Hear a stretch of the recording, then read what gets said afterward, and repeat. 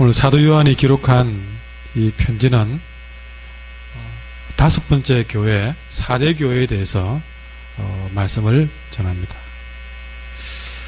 우리가 지금까지 이 미스바 기도를 통해서 제일 먼저 에베소 교회, 그 다음에 서머나 교회, 버가모 교회, 두아디라 교회, 이렇게 교회가 진행이 되었습니다. 오늘은 5번째인데 대체로 이 소아시아 7교회를 보면 지도상을 보면 바닷가 쪽에서 맨 밑에 에베소 교회가 있으면 그 위에 한 5, 60km 정도의 거리에 서머나 교회가 있고, 또 그 위에 올라가 보면 버가모 교회가 있고, 그 세 번째 교회를 기점으로 해서 이제 꺾어서 두아디라 교회로 좀 내려옵니다. 그 간격이 대부분 한 5, 60km 정도 됩니다. 거기서부터 또 한 5, 60km 동남쪽으로 내려오면 이 4대 교회가 위치를 하고 있는데, 에베소나 서머나 교회 같은 경우는 주로 이렇게 해안가 쪽이었다면 이 4대 교회는 내륙에 있습니다. 내륙에 있으면 대구같이 그렇게 육지 중앙에 가운데 있는데, 이 4대는 여러 내륙의 도로가 만나는 곳이므로 우리나라로 치면 대전이나 대구쯤 그렇게 교통 중심지로 볼 수가 있습니다. 교통 중심지란 말은 역시 무역이 번창하고 또 여러 가지 사람들이 활발히 움직이는 그런 지역으로 아마 상상하시면 될 것 같습니다. 근데 우리가 이 요한계시록을 통해서 이 소아시아 7교회를 하나하나 보고 있는데, 지금까지 에베소 교회, 서머나 교회, 버가모 교회, 두아디라 교회, 이 모든 말씀을 볼 때마다 공통점이 있다면 언제나 각 교회를 칭찬하는 말씀으로 시작하고 있다는 것이죠. 이 7교회 가운데 특별히 앞에 네 교회를 말하면 오로지 칭찬만 받은 교회가 있다면 서머나 교회입니다. 그러나 그 나머지 에베소 교회나 또 버가모, 두아디라 교회는 엄중한 책망을 받은 교회이기도 합니다. 근데 오로지 칭찬받은 교회는 그렇지더라도 엄중한 책망을 받았던 에베소, 버가모, 두아디라 교회, 이런 책망받은 교회도 가만히 보면 그들을 책망하기 전에 먼저 칭찬부터 한 것이 보여집니다. 이런 예수님을 통해서 우리가 배울 수 있는 교훈은 뭐냐면, 우리 예수님은 언제나 우리의 좋은 모습, 또 우리의 칭찬하고 싶은 모습들, 그걸 먼저 보시는 분이라는 것을 이 소아시아 7교회를 통해서 볼 수 있습니다. 에베소 교회가 책망받은 이유는 처음 사랑을 잊어버렸다고 그랬습니다. 또 버가모 교회나 두아디라 교회가 책망받은 것은 발람의 교훈을 따랐거나 또 거짓 선지자 이세벨을 추종하면서 음행했고 우상숭배했고, 이 버가모 교회가 그렇게 행함으로 인해서 하나님의 화가 되게 났습니다. 처음 사랑을 잃었지요. 잘못된 길을 갔지요. 화가 되게 났고 슬펐지만, 그럼에도 불구하고 예수님은 그들에게 있어서 화가 남에도 불구하고 먼저 그 교회가 충성했던 것, 수고했던 것, 열심으로 해내었던 것, 그거 먼저 보시고 그거 먼저 칭찬을 했던 것이죠. 여기서 주님의 마음을 읽을 수 있기를 바랍니다. 우리 주님은 우리의 연약한 모습, 부끄러운 모습, 허물 많은 모습, 그거 먼저 보지 않습니다.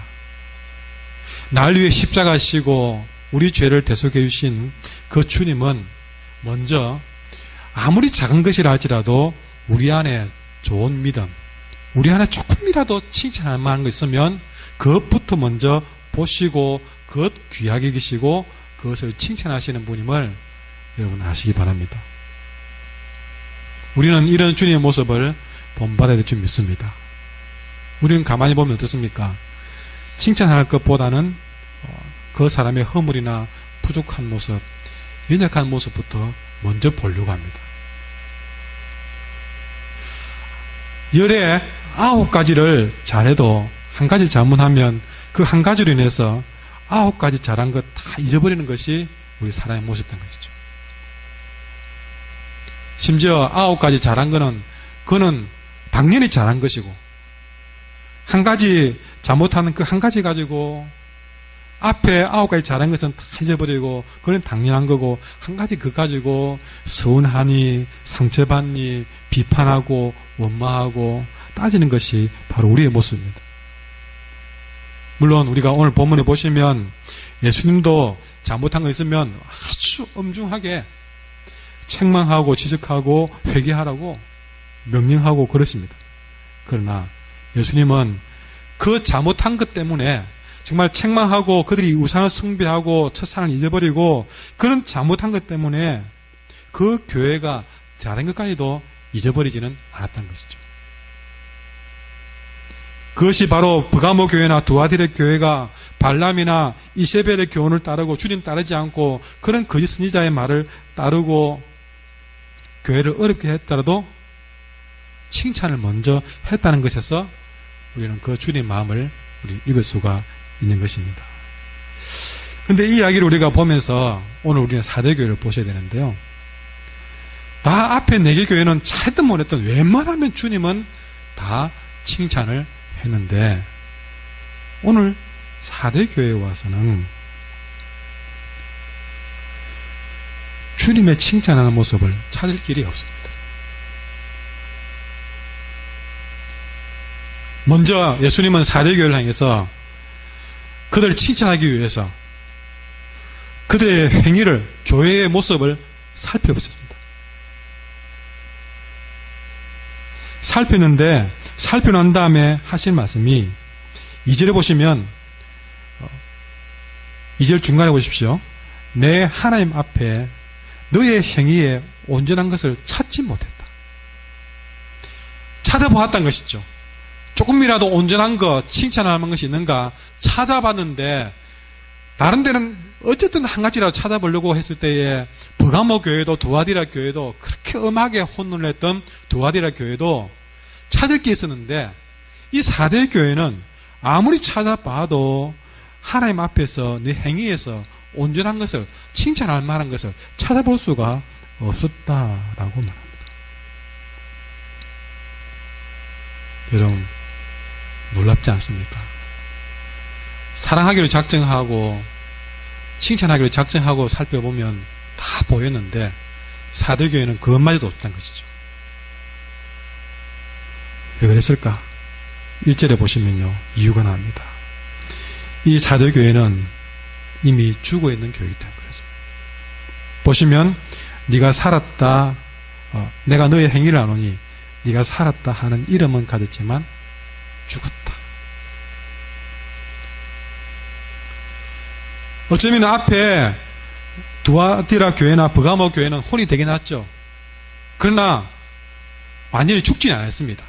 살아있는 뭔가가, 칭찬할 만한 뭔가가 있었던 것이죠. 그러니까 병은 걸렸지만, 중환병이든 약한 병이든 병에 걸렸지만 그렇게 살아있었는데 4대 교회는 그 생명의 빛마저도 볼 수 없는 그런 죽은 교회였던 것이죠. 이 2절을 놓고 1절을 놓고 현대어 성경에는 이렇게 표현하고 있습니다. 나는 네가 살아있고 활동적이라는 평판과는 달리 실제로는 죽은 상태에 있다는 것을 알고 있다. 그런데 현대 성경에서 하나 놀라운 표현이 나오는데요. 나는 네가 살아있고 활동적이라는 평판을 받았다는 것입니다. 그러니까 4대 교회가 살아있다는, 활동적이라는 평판, 사람들로부터 인정, 소문은 받고 있었던 것이죠. 사람들은 4대 교회를 향해서 살아있다고 활동적이라고 평판을 했는데, 아니 내가 실제로 보니까 너는 죽은 상태에 있다는 걸 내가 보았다. 이런 4대 교회는 표면적으로 겉으로 볼 때는 앞선 버가모 교회처럼 우상 숭배하는 자들은 없었다는 것이죠. 두아디라 교회처럼 잘못된 선지자 이세벨을 용납한 것도 아니었던 것입니다. 그러니까 사람들이 볼 때는 어떤 문제가 없었던 것이죠. 사람들이 볼 때는 문제가 없었습니다. 음행이나 우상숭배나 이런 것들이 보이지 않았습니다. 그래서 사람들의 칭찬과 좋은 평판, 인정은 받고 있는 교회였던 것입니다. 사도교회가 여러 지역에서 좋은 평판 받은 것이 나와 있습니다. 어쩌면은 그런 좋은 평판으로 교인들도 좀 많이 모였을지도 모르겠고요. 또 어쩌면 교회가 성장했을지도 모르겠습니다. 아무튼 사람들이 볼 때는 사도교회는 살아있었고 활기도 있었고 열심히 하는 것처럼 보였다. 나름대로 인정할 만했던 것이죠. 요즘 말로 말하면 참 잘 나가는 교회였다라고 볼 수 있습니다. 그러나 사실 보면 이 사도교회가 그렇게 평판이 좋고 인정을 받은 것은 어디까지나 사람들의 인정이었지 하나님의 인정은 아니었던 것이죠. 사람들이 아무리 평판을 그렇게 좋게 해도 하나님이 실제로 볼 때는 죽은 상태였다는 것을 하나님 볼 때는 아니었다는 것입니다. 여러분, 이것 하나 우리 분명히 여기서 기억하셔야 됩니다. 뭘 기억해야 되느냐? 우리의 신앙의 평판과 우리의 신앙의 여러분 첫 번째 대상은 사람이 아니라는 것이죠. 하나님이라는 것입니다.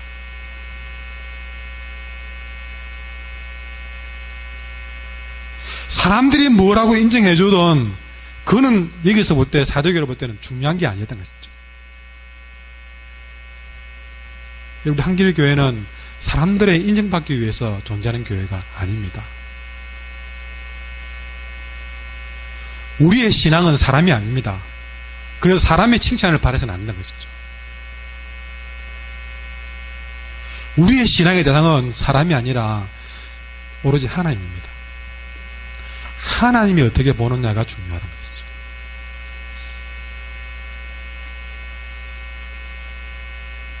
그러니 사람의 인정이 먼저가 아닙니다. 하나님의 인정이 먼저가 되었다는 사실입니다. 이거는 교회를 떠나서 우리도 마찬가지입니다. 사람이 나에게 어떻게 인정해 주느냐, 거기 쏘고 넣으면 안 됩니다. 그러니까 여기서 놓쳐버리면 교만해지고 어리석어집니다. 우리의 신앙의 대상은 개인이든 교회든 절대적으로 하나님 되셔야 됩니다. 100%.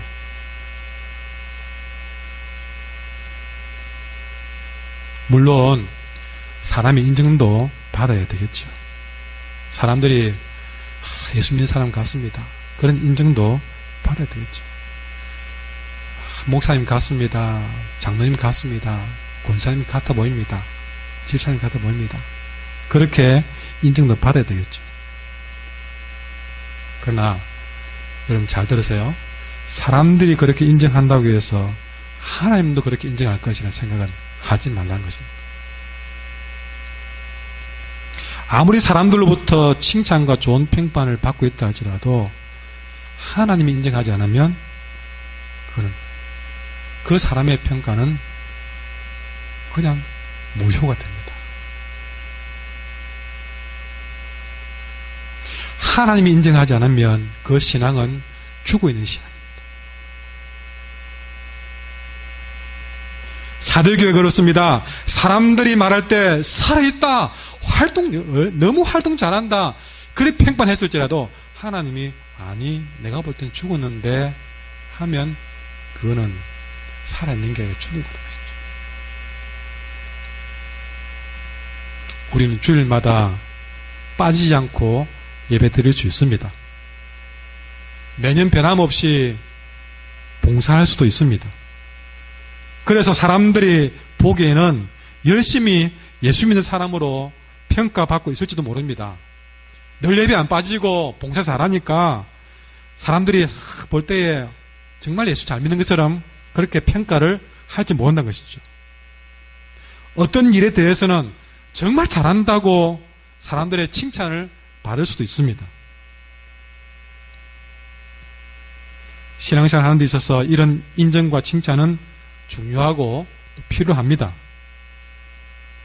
그런 칭찬을 통해서 우리는 힘을 얻고 위로도 받고 용기도 얻습니다. 서로를 향해서 이런 인정과 칭찬을 아끼지 말아야 되는 것도 분명합니다. 그러나 동시에 반드시 우리는 거기에서 정신을 차리고 한 번 더 확인하고 물어봐야 할 것이 있습니다. 사람들이 그렇게 인정해주고 칭찬 서로 해주는데 오늘 주님 앞에 가서 정말 진심으로 주님도 내 믿음, 주님도 내 신앙 인정하고 칭찬할까? 그거 물어보셨네.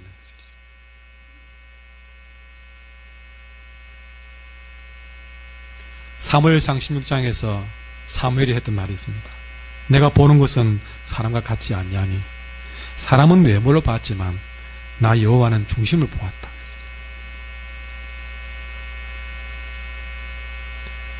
예수 잘 믿는 척만 하고 사람들에게만 보여서 사람들의 인정에 자기 신만에 속아서 내가 그만큼 신앙생활을 잘한 것처럼 그렇게 봉사 잘하고 사는 것처럼 그리 착각하고 살다가 주님 앞에서 너 뭐니? 너 신앙은 뭐니?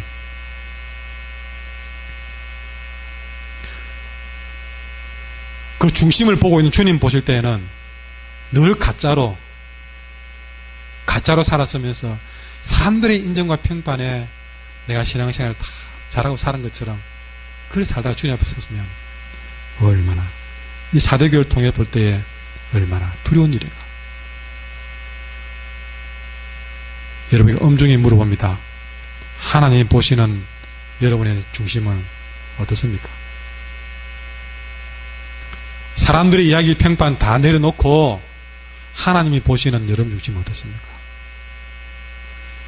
여러분 겉만 아니라 여러분의 속도 그리스도인이 분명합니까?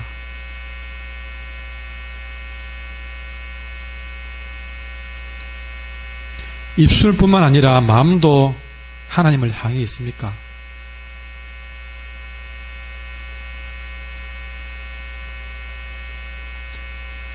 교회를 다녀도 끊임없이 자기 중심의 신앙생활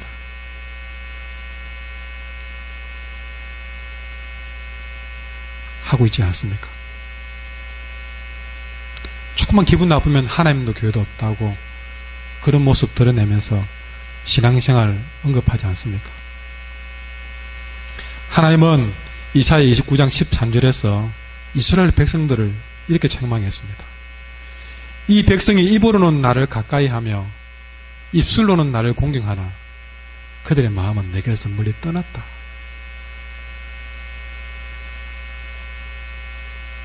이사야 시대의 이스라엘 백성들의 신앙은 겉으로 보기에는 살아있는 신앙이었습니다.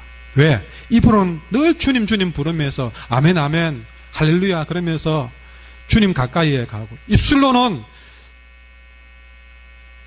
늘 주님 사랑한다 교회 사랑한다 그렇게 하니 겉으로 보기에는 살아있는 신앙이었습니다. 그러나 마음은 하나님에서 멀리 떠나 있고 그 하나님 보실 때는 그들의 신앙은 죽은 신앙이라고 말한 것이죠. 왜 그랬을까? 몸은 있지만 마음이 없고 안식일도 지키고 봉사도 하고 다 지키지만 마음이 없이 재물을 바치지만 마음이 없이 바치고 인간적인 생각을 가지고 바치고 자기 유익을 위해서 자기 자랑을 위해서 바치고 입술로는 공경을 했지만 마음은 하나님에게서 멀리 떠나 있었던 거죠.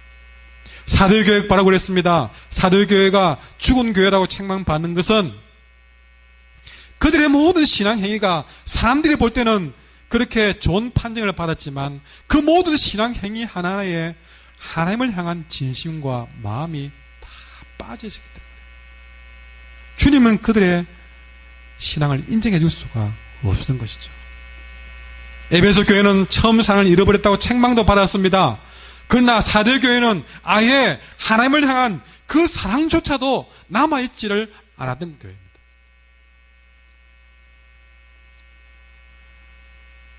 여러분 왜 이렇게 겉으로 볼 때는 그렇게 하나님의 자성인 것처럼 보이는데 왜 그들은 그렇게 하나님 보시기에 죽은 신앙이었는가? 왜 그렇게 사랑도 남아있지 않는가? 여러분 왜 그랬는가 아시죠? 하나님께 가 있어야 될 이 사대 교회의 마음과 사랑은 도대체 어디 갔기에 하나님은 본 적이 없다고 얘기하는가?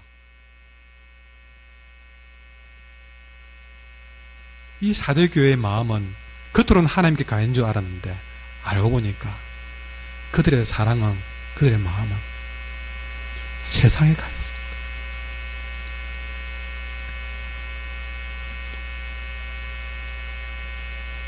가만히 교회에서 서로 이야기를 나누고 이야기하는 모든 내용들 보면 말로는 간증한 것처럼 보이면서도, 신앙 고백하는 것처럼 보이면서도 가만히 보면 자기 자랑하고 있습니다. 내 자식 자랑하고 있습니다. 내 가문 자랑하고 있습니다. 내 경력 자랑하고 있습니다. 주님의 이름을 빌어서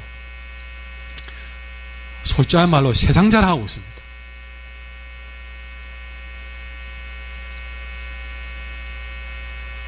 말로는 간증인데 본론은 가해보면 자기 자랑입니다. 세상 자랑하는 거예요. 요한일서 2장에 보니까 이 세상이나 세상에 있는 것들을 사랑하지 말라. 누구든지 그렇게 세상을 사랑하면 아버지의 사랑이 그 안에 있지 않다고 말했습니다. 여러분, 우리는 한 남자가 두 여인을 동시에 사랑할 수 없듯이 우리의 마음은 하나님과 세상을 동시에 사랑할 수 없는 마음입니다. 어느 누가 나는 하나님도 사랑할 수 있고 세상도 사랑할 수 있는 능력이 있습니다. 그렇게 말할 사람 누가 있겠습니까? 성경이 말합니다. 누구든지 세상을 사랑하면 아버지의 사랑은 거기서 없다고 그랬습니다.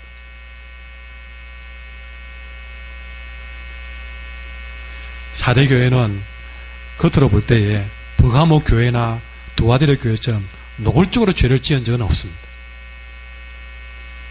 겉으로 볼 때는 문제가 없는 좋은 교회로 보입니다. 좋은 교회로 보입니다. 그러나 그들에게는 하나님이 보지 않으면 보지 못할 숨겨진 죄가 있다는 것이죠. 사람들이 볼 때는 모르는데 하나님이 보면 보여지는 숨겨진 죄가 있는데 그게 뭐냐? 겉으로는 주일 잘 지키고 봉사 잘하고 세상죄 안 짓고 살았지만 아무 허물 없어 보였지만 하나님이 보실 때 그 중심을 봤을 때 그 마음이 세상에 가 있는, 세상을 사랑하는 마음이 숨겨진 죄였다는 것이죠.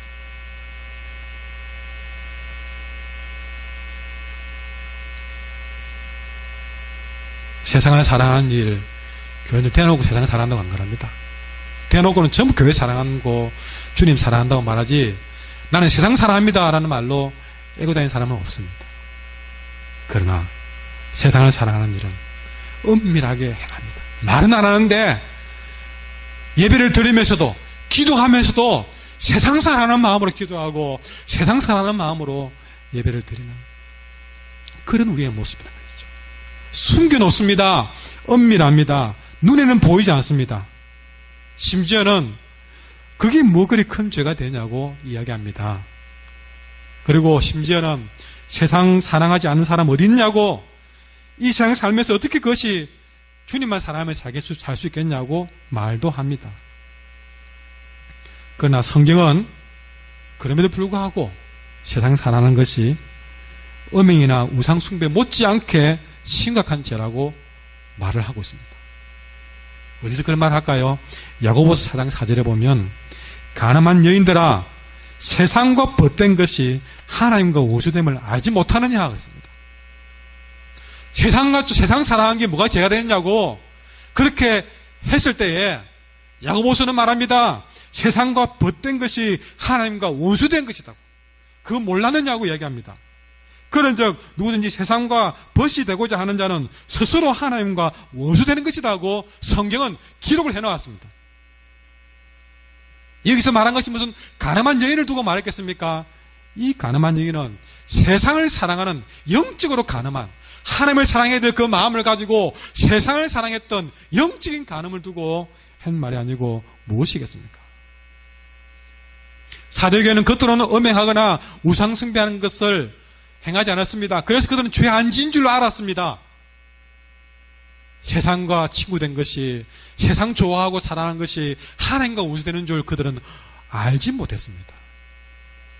그러나 그렇게 알지 못하고 죄만 안 짓고 세상 그렇게 사랑하며 살다가 그게 죄인 줄 모르고 살았는데, 그래 살다가 사대교회는 결국에는 죽어있는 교회가 되고 말았습니다.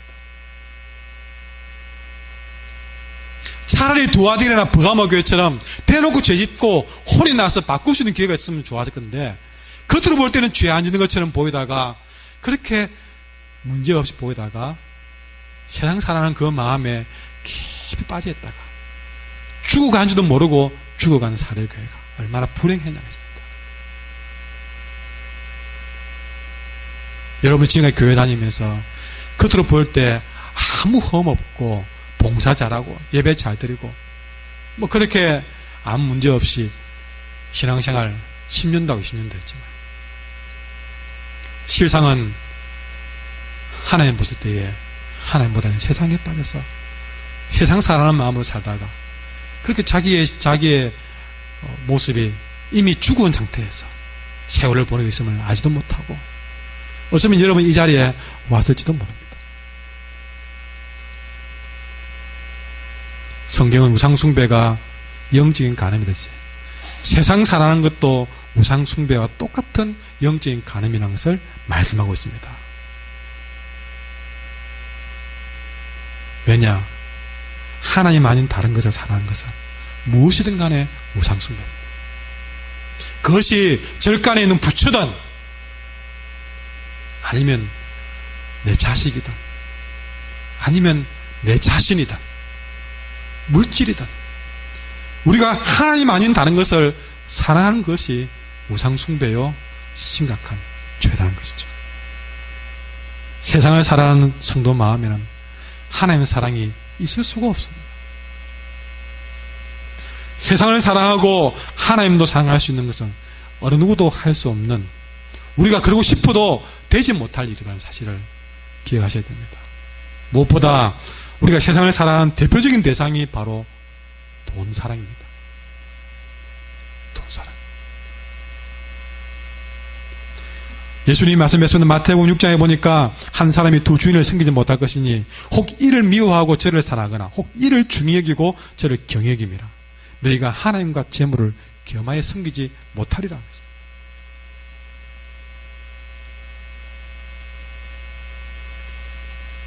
여러분 분명히 하나님 앞에 여러분이 돈을 사용하고 재물을 대하는 마음가짐을 보십시오. 여러분이 하나님을 사랑하는지 그 재물을 사랑하는지, 하나님을 사랑하는지 돈을 사랑하는지.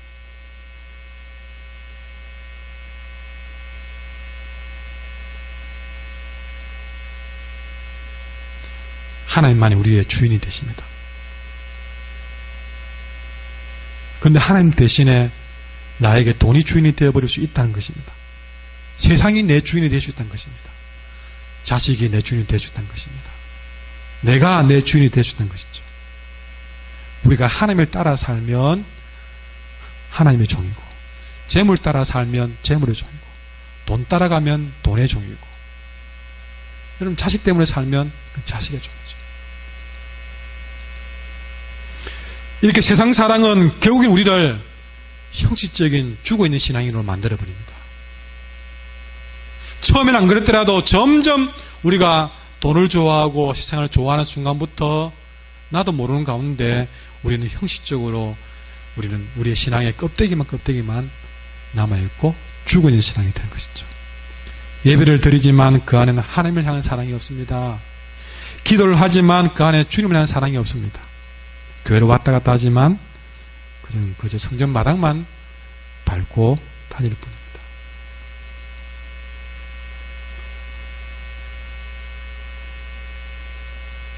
이런 말씀을 준비하면서 참 걱정이 되는 것은 세상을 사랑하지 말라고 하는 하나님을 향해서 혹시 여러분이 너무 하나님이 딱딱하게 이야기한다고 불만을 가질까 참 걱정이 됩니다.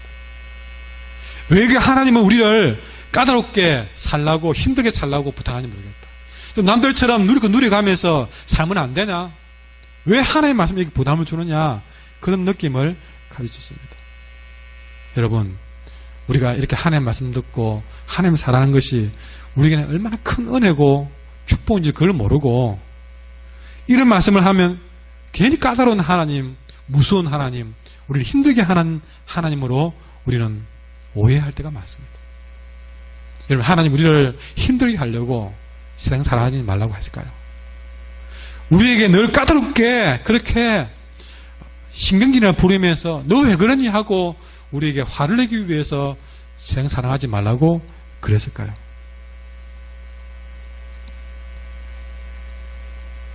오늘도 우리 하나님은 세상 사랑에 취해서 참된 기쁨을 맛보지 못하고 참된 행복을 맛보지 못하고 세상의 종이 되어서 거기에 끌려서 정말 지쳐 허덕이고 목말라하는 갈증에 빠져있는 우리를 탄식하면서 기도하는 그런 성령님이십니다. 지금도 하나님 보좌 우편에서 눈물로 기도하시는 주님이십니다. 그런 주님과 성령님께서 여러분 우리에게 이런 말씀을 주실 때는요, 우리에게 까다롭게 구시기 위해서 주시는 말씀이 아니라 정말 참된 기쁨과 평안을 맛보게 하기 위해서 이런 말씀을 주시는 줄 믿습니다. 그냥 편하게 좀 신앙생활 하면 되지 뭐 꼭 그렇게까지 예수를 믿어야 되냐. 여러분, 우리가 이런 말씀을 들을 때에 그렇게 생각할 것이 아니라 정말 내가 나도 모르게 세상 사랑한 것은 없는지 이 자신을 한번 돌아보고 큰일 날 뻔했구나. 내가 이 말씀 안 들었으면 나도 모르게 내가 죽어간지도 모르고 사도교회처럼 그렇게 세상 사랑에 빠져서 주님 사랑 잃어버리고 살 뻔했구나. 그렇게 정신을 차릴 수 있는 계기로 삼아야 될 것인데 참 딱딱하다. 왜 이런 말씀을 듣게 하시나? 불만이 생기고 원망이 생기면 여러분 참 답이 없습니다. 오늘 말씀은 우리 자신을 진지하게 돌아볼 수 있는 그런 이 시간 되기를 바랍니다.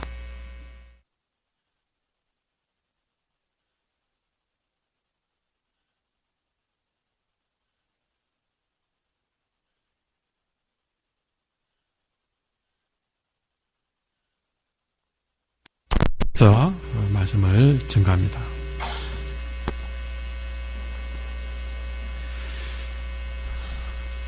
그럼 이렇게 사대교회는 하나님보다 세상을 더 사랑함으로써 하나님 보시기에 죽은 교회가 되었다고 말씀했습니다.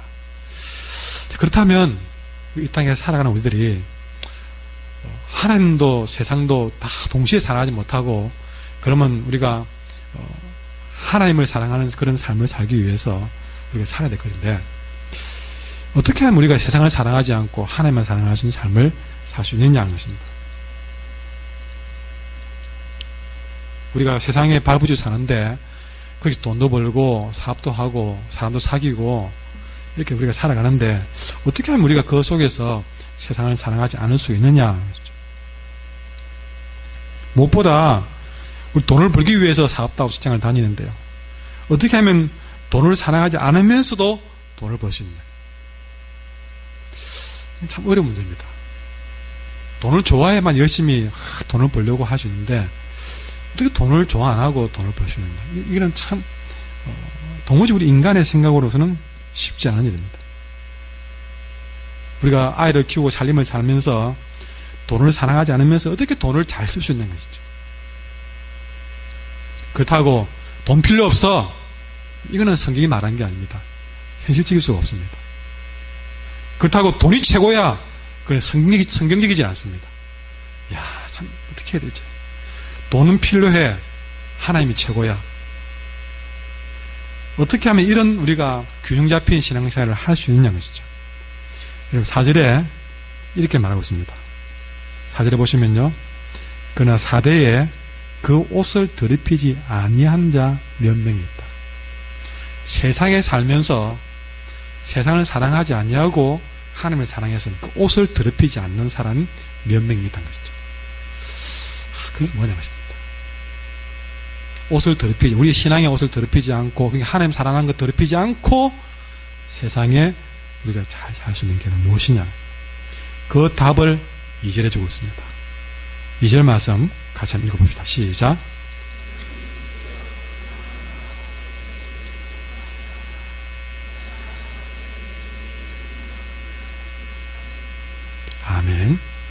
여기 보시면요, 1절에서는 너희가 살았다 하지만 죽었습니다. 죽었는데 2절에 가서 지금 이 죽어 있는 이 사람을, 너를 어떻게 여러분 살리느냐, 그 표현을 보니까 너는 일깨어라고 되어 있습니다.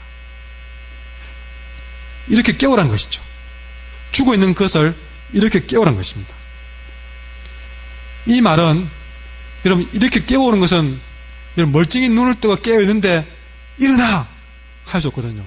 이 말은 사대교회가 지금 잠들었다는 것입니다. 잠들이기 때문에 죽은 것이나 마찬가지죠. 그러면 이렇게 잠들이는 이 사대교회를 어떻게 일으켜 깨우느냐 하는 것입니다. 여러분, 무엇보다 이 사대교회는 두 가지가 죽어서 그런 세상을 살아가는 자리로 빠져버렸습니다. 첫 번째, 무엇이 그렇게 잠들이 있느냐, 그래서 무엇을 깨워줘야 되느냐. 첫 번째는요, 이 사대교회가 기도에 잠들어 있습니다. 다시 말하면 무엇을 깨워줘야 되느냐, 기도로 일깨우라고 말씀하고 있습니다. 여러분, 무엇보다 기도는 하나님과의 만남입니다. 기도에 대해서 잘못 이해하고 있으면 여러분 자꾸 우리 기도는 엉뚱대로 갑니다.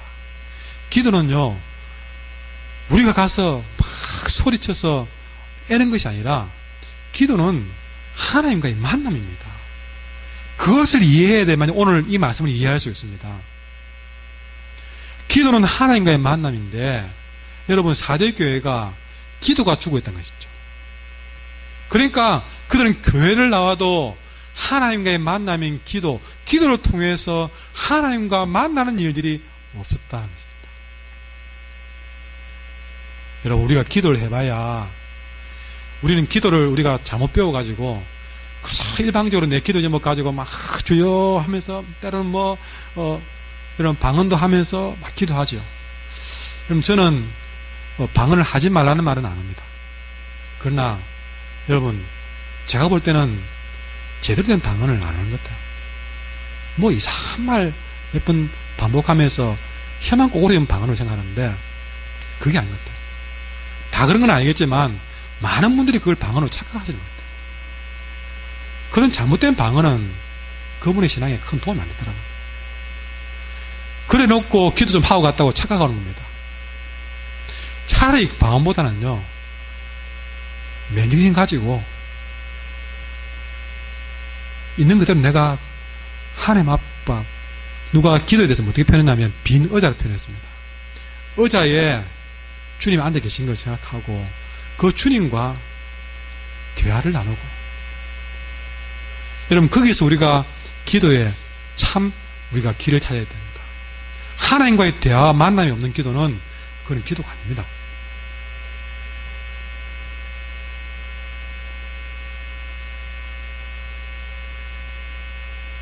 그러니까 일방적인 기도만 하고 가니까 여기 기도를 해라 그러면 막 일방적인 그런 기도를 착각하시는데 그런 기도가 아닙니다. 그런 기도만 하니까 기도는 해도 그 신앙은 안 자라는 것이죠. 그 인격의 변화가 없는 것입니다.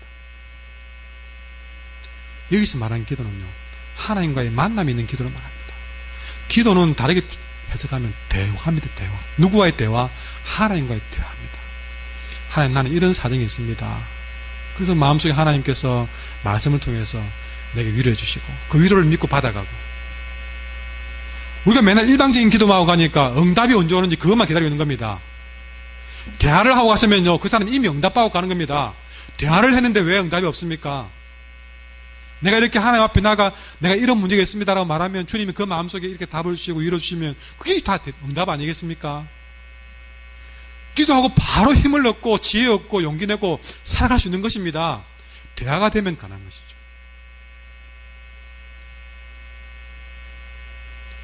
일방적으로 외치고만 가니까 하나님이 이제나 저는 응답하겠지 하고 딴 데서 응답을 찾는 것이죠. 그 기도가 대화인 줄 알고 그 기도를 통해서 하나님을 만났을 때에 기도하면서 여전히 내가 고통받아도 하나님이 나를 얼마나 사랑하고 있는지 기도 가운데 알게 되고, 내가 아무리 어려움 당해도 기도를 통해서 하나님을 만나야만이 하나님이 그 고난 가운데 내게 얼마나 크고 놀라운 계획을 갖고 있는지 알게 되고, 내가 가는 길이 어려워서 이게 하나님 어떻게 인도하는 길인지 몰라도 기도 가운데에서 하나님이 이런 마음으로 내게 답을 주실 때에 이것이 내가 잘못 가고 있는 길이 아니라 하나님이 인도하시는 정확한 길이구나 하고 깨닫게 되면서 그 기도를 통해서 그 성도의 마음이 하나님께 가 있음으로써 그 마음은 자연적으로 세상이 아니라 하나님을 더 사랑하는 마음으로 설 수밖에 없는 것입니다. 그런데 맨날 내가 돈 없다고 하나님 내게 좀 돈 좀 생기게 해주세요 그렇게 기도하고 돌아갔을 때는요, 일방적인 이야기만 하고 돌아갔을 때는 어디가 돈 떨어진 일이 없나, 로또라도 사와서 이거 뭐 당첨이 안 되나, 그런 식으로 가버린 겁니다.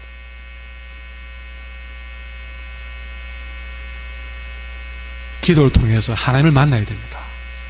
기도를 통해서 하나님과 대화를 이루어야 됩니다. 그래야 하나님이 어떤 사랑을 가지고 있는지, 어떤 계획을 가지고 나를 이 고난 가운데 인도하고 있는지가 보여지고 알게 되면서 우리는 세상보다 하나님을 더 의지하고 사랑하는 마음이 생기는 것이죠. 좀 세상에 좀 약해도 그 때문에 불만 갖지 않고 이겨낼 수가 있는 것이죠.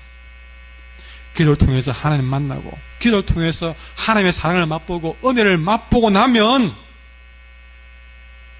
세상의 부귀영화가 내게 얼마나 헛된 것인가를 알게 됩니다. 여러분, 어디 잔집에 가가지고 맛있는 거 배부르게 먹고 왔는데 이런 길바닥에 떨어진 빵 조각이 눈에 보이겠습니까? 너무나 맛있는 음식을 배부르게 먹고 왔는데 여러분, 집에 뭐 다른 게 보여도 뭐 그렇게 손이 가겠습니까? 우리가 참된 기도를 통해서 하나님과의 대화를 통해서 정말 그 하나님의 만남을 통해서 그 하나님을 만나고 그 사랑을 깨닫고 그분의 계획을 보고 그분의 마음을 알고 이런 잔치상 같은 은혜를 맛보고 나면요, 세상의 빵집 같은 그런 것에 마음을 빼앗기지 않는다는 것입니다.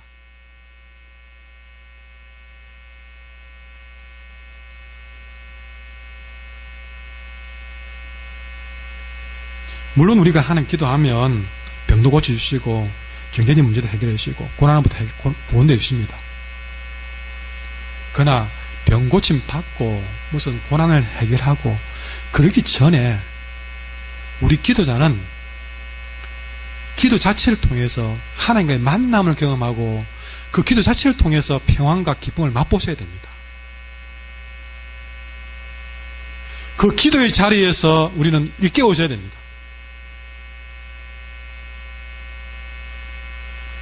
그런 기도의 맛을 본 사람은 여러분, 찬송가에 보면 주 안의 기쁨 누림으로 마음의 풍랑이 잔잔해진다고 했습니다. 주 안에서 기도 가운데 기쁨을 누림으로써 마음의 풍랑이 잔잔해지고 세상과 나는 간고도 없어지고 구속한 주님만 보이게 되는 것이죠. 우리는 기도 가운데에서 그걸 맛보셔야 됩니다. 다시 한번 찬양합시다. 우리가 찬송가 288장에 나온 건데요, 예수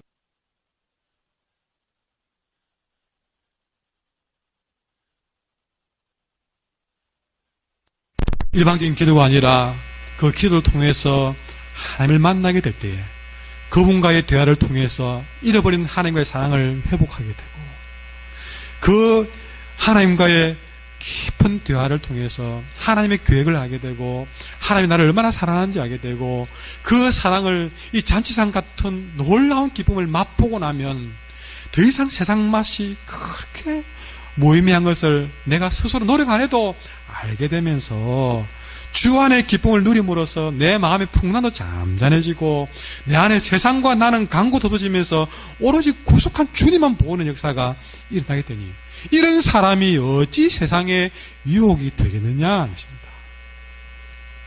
이렇게 우리가 기도를 통해서 주님과의 만남이 살아나면 우리는 어떤 고난도 이겨낼 수 있습니다. 기도가 내 안에서 그렇게 살아나면 어떤 세상 유혹도 다 이겨낼 수가 있습니다. 아니, 오히려 기도를 통해서 극심한 고난 가운데 있을지라도 더 놀라운 은혜를 체험하는 계기로 만들 줄 믿습니다. 그래서 예수님은 잠들어 있는 제자들에게 그들을 깨우면서 한 말이 뭡니까? 마태복음 26장에 너희가 나와 함께 1시간도 그렇게 깨어 있을 수 없다냐. 여러분, 거기에 너희가 나와 함께 그랬습니다. 여러분, 홀로 하는 기도가 아니라 나와 함께, 하나님과 함께 깨어서 서로 대화만 할 수 있으면, 여러분 하루를 시작하면서 기도 가운데 하나님과 깨어서 단 10분이라도 그분과 대화를 하고 살아가면 여러분 세상에 나와서 10시간을 세상의 유혹을 이겨낼 수 있는 힘을 얻게 되는 것입니다. 시험에 들지 않게 되는 것입니다. 다시 말합니다. 일방적인 기도가 아니라 내가 하루를 기도, 1시간을 기도, 10분을 기도해도 하나님과의 대화, 그분의 만남. 여러분, 사랑하는 사람은 자연스럽게 대화를 나누게 되어 있습니다. 어떤 사랑의 관계가 여러분 그 사람과 대화하지 않고 일방적으로 기회만 되고 나 이거 필요해 저거 필요해 하고 끝나는 대화가 있겠습니까? 단 10분을 나누더라도 하나님과 대화를 통한 기도를 하면 그 기도가 일깨워지면서 없던 사랑이 확 몰려오면서 여러분 한번 그렇게 살아보십시오. 여러분 세상 유혹이 너무 쉽게 이겨지는 것이 이 기적 같은 일들이 여러분에게 일어날 줄 믿습니다. 단 10분만 대화를 나누셔야 됩니다.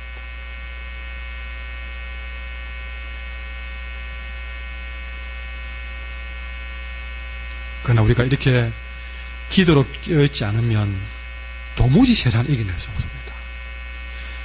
하나님과의 만남의 기도가 없으면 여러분 분명히 우리는 세상 유혹에 넘어질 수밖에 없습니다.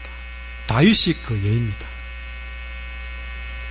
세상의 거짓된 사랑, 이게 속아 넘어가지 않고 이겨낼 수 있는 유일한 길은 참된 사랑 대신 그분과의 대화를 회복하셔야만이 우리는 이겨낼 수가 있습니다.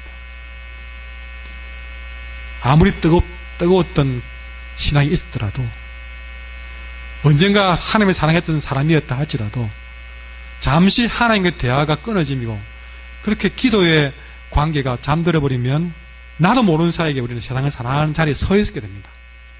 세상에 나도 모르는 가운데 물들게 됩니다. 세상을 따라가게 됩니다. 기도하는 사람이 하나님과의 대화가 끊어지고 그러면서 나타나는 증상이 있다면 제일 먼저 그 사람 입에서 감사가 사라집니다.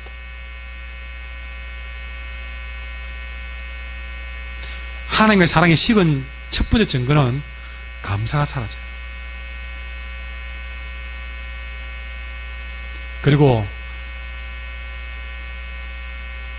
내게 있어는 안 될 시기심, 원망하는 마음, 분당의 마음, 불평, 원망, 이것들이 비 온 뒤에 잡초처럼 우죽순처럼 내 안에서 자라는데 감당을 못합니다.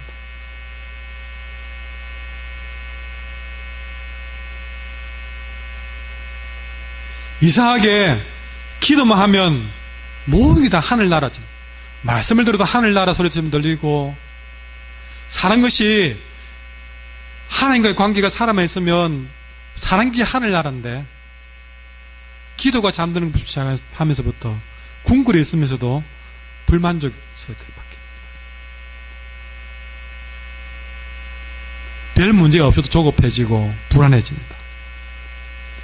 기도할 때는 큰 실수를 해도 두렵지 않은데 기도 안 하면 아무것도 아닌 작은 바람 소리에도 깜짝깜짝 놀라면서 기도가 사라지면 신앙생활에 기쁨이 사라져요. 예수 믿는 것이 교회 다니는 것이 즐겁지 않게 되고 심지어 십자가 앞에서도 무감각해져 찬송을 해도 감각이 없이 바뀌게 됩니다. 그런 사이에 나도 모르는 가운데 이미 내 눈은 세상을 기웃거리면서 그게 뭐 좀 더 재미있는 건 없는가 기웃 자기도 모르게 인터넷 뒤지면서 어디 뭐 좋은 땅 없는가 또 뭐 좀 재미있는 건 없는가 자기도 모르게 스마트폰 뒤지면서 재미있는 동영상 없는가 좋은 얘기 좀 그런 뉴스 없는가 그게 빠져야 되겠죠. 사람들이 내를 좀 안 봐주는가, 거기에 마음이 익숙하는 거죠.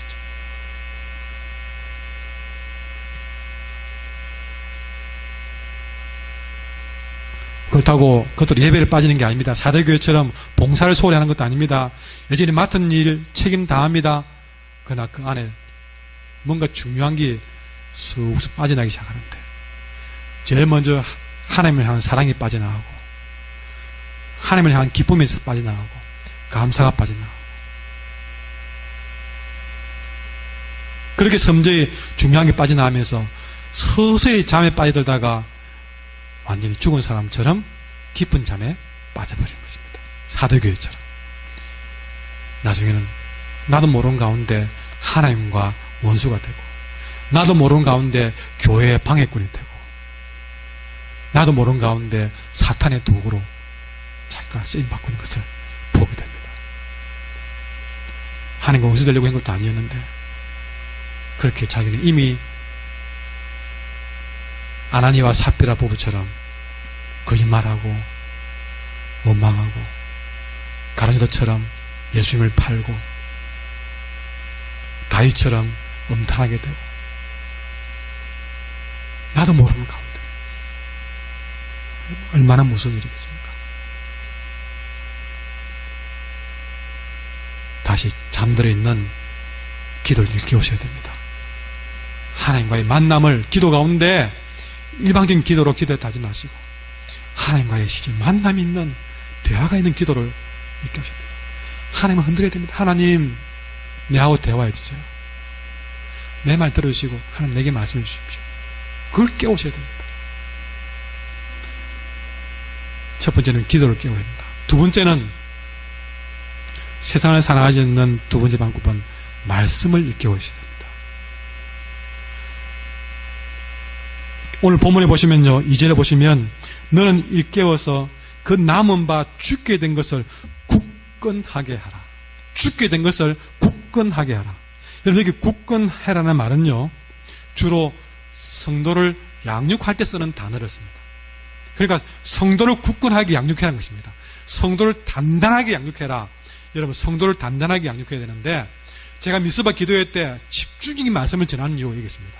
우리 성도들을 하나님의 말씀으로 굳건하게 하기 위해서 지금 하고 있는 겁니다. 지금 이 시간이 너무 중요한 시간입니다. 왜? 말씀으로 여러분을 양육하고 일깨우는 시간이기 때문에 중요한 시간입니다. 여러분이 만약에 오늘 이 말씀을 듣지 않았다면 영원히 잠드는 사대교회처럼 죽어 살 것인데, 오늘 말씀을 들음으로써 정신을 차리고 기도를 일깨우고 말씀으로 일깨우는 계기가 되잖아요. 이 말씀은 우리를 굳건하게 양육하는 유일한 도구라는 사실을 아셔야 됩니다. 기도만 깨어나 될 것이 아닙니다. 기도로 깨어난 성도가 말씀으로 굳건해져야 되는 것이죠. 맨날 기도만 하고 끝나버리면 단단해지지 못해서 또 바람이 불면 유혹받고 넘어갑니다. 일깨워 놓았으면 그 이렇게 내온 성도를 넘어지지 않도록 굳건하게 세워야 되는데, 그게 뭐냐? 말씀이라는 것이죠. 기도로 이렇게 세워서 말씀으로 단단히 만드는 것, 이것이 우리가 세상을 이기고 주님을 사랑하는 삶을 사는 것이라는 것입니다. 이런 말씀으로 굳건하게 섬으로써 3절에 보시면요, 그러므로 네가 어떻게 받았으며 어떻게 들었는지를 생각하고 그렇습니다. 우리가 하나님의 말씀을 통해서 내가 어떤 사랑을 받았고 내가 무슨 말씀을 들었고 그것을 생각하고 지켜서, 여러분 여기서 우리는 중요한 말씀을 듣는데요, 말씀을 듣는다고 끝나는 게 아닙니다. 아까 기도했죠. 기도를 한다고 기도가 아니라 기도는 하나님과 대화를 하라고 기도의 종류를 말씀드렸습니다. 오늘 말씀에서는요, 우리가 말씀을 듣고 그 말씀이 좋아, 그래, 아멘 하고 끝나는, 생각하는 것으로 끝나는 말씀이 아니라 생각하고 난 다음에 뭡니까? 지켜 회개하는 것입니다. 그러니까 이 두 번째 말씀에 일으키면요, 듣고 끝나는 말씀이 아니라 말씀을 들었을 때에 그 말씀을 지켜 행하는 말씀을 말합니다. 성경 공부를 하고 했다 하는 것이 아니라 말씀대로 사는 걸 말합니다. 말씀에서 벗어난 거 있으면 회개해야 된다는 말이죠. 말씀으로 깨닫게 해줘도 회개 안 하는 것은 말씀으로 사는 것이 아니라는 것입니다.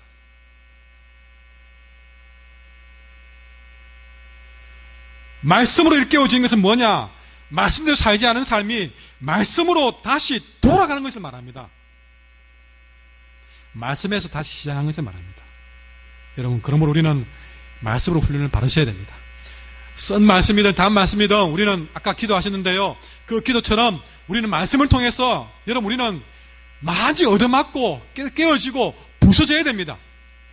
그렇게 해서 훈련 받아야 됩니다. 그리고 난 다음에 훈련 받으면 끝나지 않고 여러분 그 말씀을 지켜 행하셔야 됩니다. 성경 지식은 죽은 교회를 살릴 수 없습니다. 그러나 성경대로 살아갈 때부터 우리는 살아나기 시작합니다. 이 사도교회를 통해서 이 사도교회가 기도 안 해도 말씀이 없어도 예배드리고 봉사하고 좋은 평판 받을 수 있다는 것을 봤습니다. 여러분이 말씀대로 안 살아도 기도 안 해도 남들이 볼 때에 훌륭한 교인으로 보일 수 있다는 것이죠. 그러나 기도와 말씀 없이는 살아있는 성도는 될 수 없다는 것입니다. 사람들은 인정할지 몰라도 하나님은 그 신앙을 인정할 수가 없다는 것입니다. 살아있는 성도는 말씀 그대로 예수님의 사람으로 사는 사람이 살아있는 그리스도입니다. 여러분, 그 말씀으로 우리가 주님을 사랑하는 삶을 살기 위해서는 우리가 그냥 열심히 교회 나오고 봉사한다고 되는 게 아닙니다. 그건 하늘을 속이고 나를 속이는 것입니다. 여러분, 우리가 사도교회를 통해 주는 말씀을 기억하셔야 됩니다. 오직 세상이 아니라 하나님을 사랑하는 교회가 되라는 것이죠. 그런데 그런 사랑하는 교회가 되기 위해서는 내 안에 기도를 일깨우고 또 말씀을 일깨워야 된다.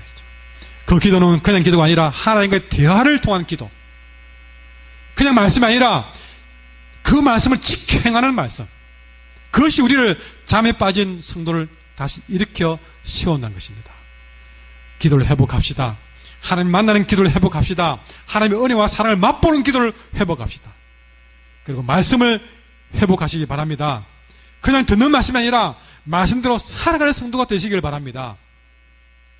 이렇게 말씀이 살아있고 기도가 깨어남을 통해서 더 이상 세상에 끌려다니는 연약한 성도가 되지 않기를 바랍니다. 이렇게 말씀과 기도가 살아있음을 위해서 여러분, 우리는 진정 주님 원하시는 성도, 주님을 사랑하는 교회가 될 줄 믿습니다. 우리 말씀을 생각하면서 함께 찬양하겠습니다. 사랑합니다, 나의 예수님. 함께 찬양하겠습니다.